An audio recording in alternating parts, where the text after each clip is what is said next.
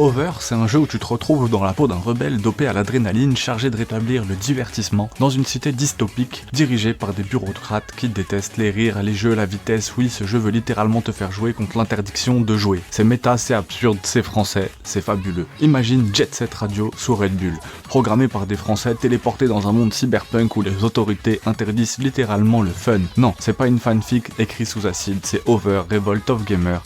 Et crois-moi, ce jeu mérite bien plus que l'anonymat numérique dans lequel il est tombé, un petit peu comme Rollerdrome ou Cyberpunk Bomb Rush qu'on a vu justement. C'est vous qui m'avez conseillé du coup Over sur TikTok, justement n'hésitez pas à aller voir les vidéos sur TikTok ou sur YouTube.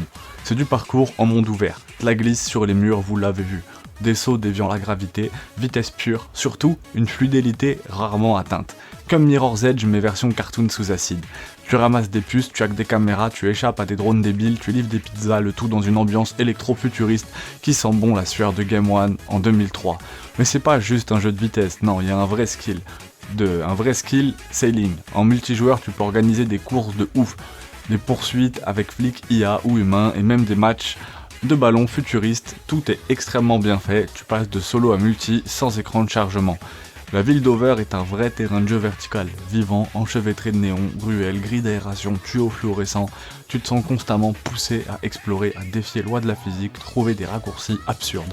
Chaque zone semble t'inviter à dire « et si je grimpais là-haut, si je sautais sur ce panneau ?» La direction artistique, un mix entre Wipeout, on aime bien Wipeout, faudrait que je fasse une vidéo dessus, Jet Set Radio, Splatoon, c'est flashy, agressif, c'est cool sans se forcer, et la cerise sur le gâteau, BO soigné, Hideki Nakanuma, le même malade qui a composé Jet Set Radio Future.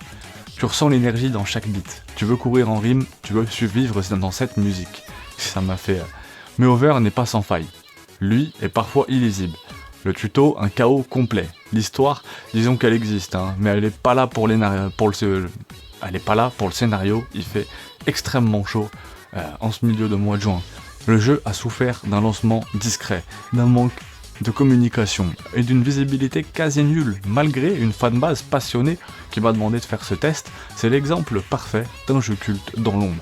Over a été développé par un studio indé français, Midgar Studio, et en partie grâce à Kickstarter.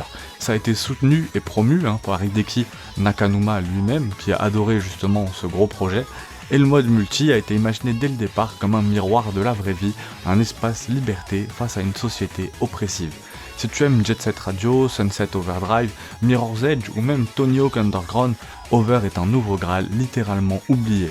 C'est une lettre d'amour à la culture du jeu vidéo, à la liberté du mouvement, au fun pur. C'est pas juste un jeu, Over, Revolt of Gamer, c'est une vibe. C'est une déclaration d'amour à la vitesse, au fun et à la révolte des joueurs. Imparfait, brut, mais c'est exactement pour ça que c'est génial. Tu veux vivre une vraie révolte vidéoludique, joue à Over, ou tu sois prêt à te faire enfermer par les drones de l'ennui. Abonne-toi, pouce bleu, mets le prochain test que tu veux voir en commentaire. Force à tous.